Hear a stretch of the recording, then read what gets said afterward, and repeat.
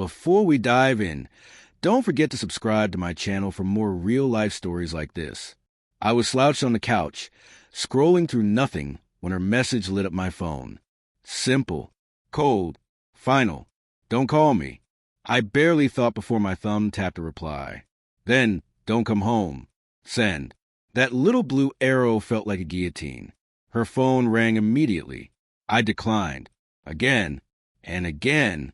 By the seventh call, I carried it to the bedroom and tossed it on the duvet like it was radioactive. The screen kept lighting up, Sarah, Sarah, Sarah. Each ping a fresh needle under my skin. I paced barefoot across the cold hardwood, feeling the grain bite into my feet like her words were biting into me. 8 years. 8 years together. 8 years of her falling asleep on my chest while some documentary about penguins droned in the background. 8 years of her stealing the blankets and apologizing the morning with that crooked smile that always undone me. And now, don't call me. People don't say that unless they're hiding something.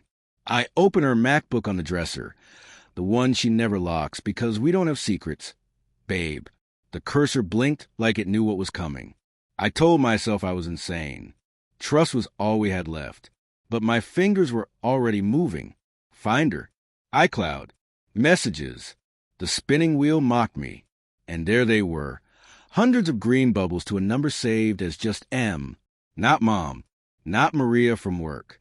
Just M. I scrolled upward. My stomach twisted. M. Can't wait to taste you again. Sarah. Stop. I'm blushing in a meeting. M. Tonight. My place is empty. Sarah. I'll think an excuse. M. You always do. Winking face. The room tilted. My pulse thundered in my ears. I kept scrolling, greedy for pain. The way you press a bruise just to prove it's real. Then there was a photo. Her. In our bed.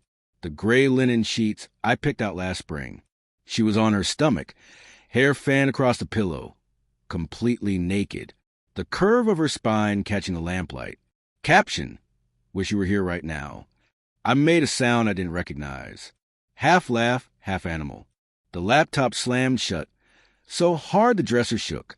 My phone wouldn't stop. 20 missed calls. 21. 22. I walked to the kitchen, needing something sharp, not to hurt anyone. God, no, just to feel a different kind of pain. The knife block stared back. I grabbed the chef's knife we'd registered for together. Crate and barrel. The one she used to chop onions while humming off-key. Cold steel against my forearm. I wondered if this was what going insane felt like. The front door rattled. Her keys. Open the door. Please, she called, voice cracking. Please, baby, let me explain. I didn't move. The knife stayed against my arm like a lover turned traitor. I know you saw, she whispered through the wood. I know you're reading everything. I'm so sorry. I'm so F asterisk asterisk ing sorry asterisk. The cheapest word in the language. Another rattle. Then a soft thump, her forehead against the door. I could picture it perfectly. It didn't mean anything, she whispered. It was stupid. It was escape. You've been so distant, and I cut her off, voice sharp, gravel over glass. Don't you dare put this on me. Silence. Then the sound of her sliding down until she was sitting on the welcome mat we bought in Lisbon. Ugly, hiccuping sobs she only ever let out when she thought no one was listening. I opened the door. She looked up, mascara streaked, lips trembling. For one terrifying second, I almost dropped to my knees and held her. Muscle memory is a vicious thing. Who is he? I asked. My boss, she said, barely air. Of course. The late nights. The new perfume. The lipstick even on Saturdays. How long? For months, she whispered, while I planned a surprise weekend in Vermont. While I learned her mother's biryani recipe because she missed home. For months. Coming home to me with someone else still on her skin. I laughed then, short, sharp, involuntary. Get your stuff, I said. 10 minutes.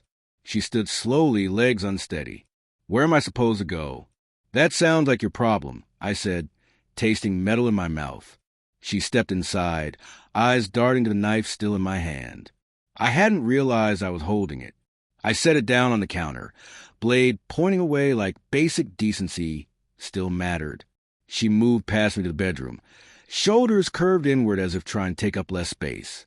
I followed at a distance, watching her pull a duffel from the closet. The same one we'd taken to Iceland when we swore we'd never let routine kill us. She folded clothes with shaking hands. So quietly I almost missed it. "I still love you," she whispered to the sweater. That never changed. I leaned against the doorframe. Love doesn't sneak out at 2 a.m. Love doesn't lie for 4 months. Love doesn't send naked pictures from the bed we picked out together. She zipped the bag. The sound was impossibly loud. At the door, she paused, hand on the knob. "I ended it tonight," she said. "Before I texted you, I told him it was over. That's why I said don't call me. I didn't want you hearing his name by accident when he tried to change my mind." I stared. The hallway light carved harsh shadows across her face. For the first time in 8 years, she looked like a stranger wearing my girlfriend's skin. 20 missed calls, I said. "Not from him. From you." She met my eyes. The guilt was so massive it seemed to suck the air from the apartment. "I was scared," she whispered. "Scared of losing you. Scared you'd never forgive me. Scared I'd ruin the only thing that ever felt like home." I stepped aside. She walked past, bag slung over her shoulder, and paused once more. "I don't expect you to believe me," she said, "but I ended it because the second I imagined never hearing her laugh again, nothing else mattered. Not him, not the thrill, nothing." The door closed behind her with a soft click that sounded exactly like a heart finally, irrevocably breaking. I stayed in the silence. Then I picked up my phone. 20 missed calls. 20 voicemails I would never listen to. I opened the messages with him, her boss, and typed a single line. "She's all yours now. Good luck." I hit send, blocked the number, deleted the thread. Then I sat on the floor of the home we'd built together, surrounded by the lingering scent of her perfume, and cried until all that remained was the raw, hollow echo of a future that no longer existed. Somewhere in the city, she was probably doing the same. Some betrayals don't need a villain. Sometimes they just need two broken people who stopped choosing each other soon enough to notice the damage.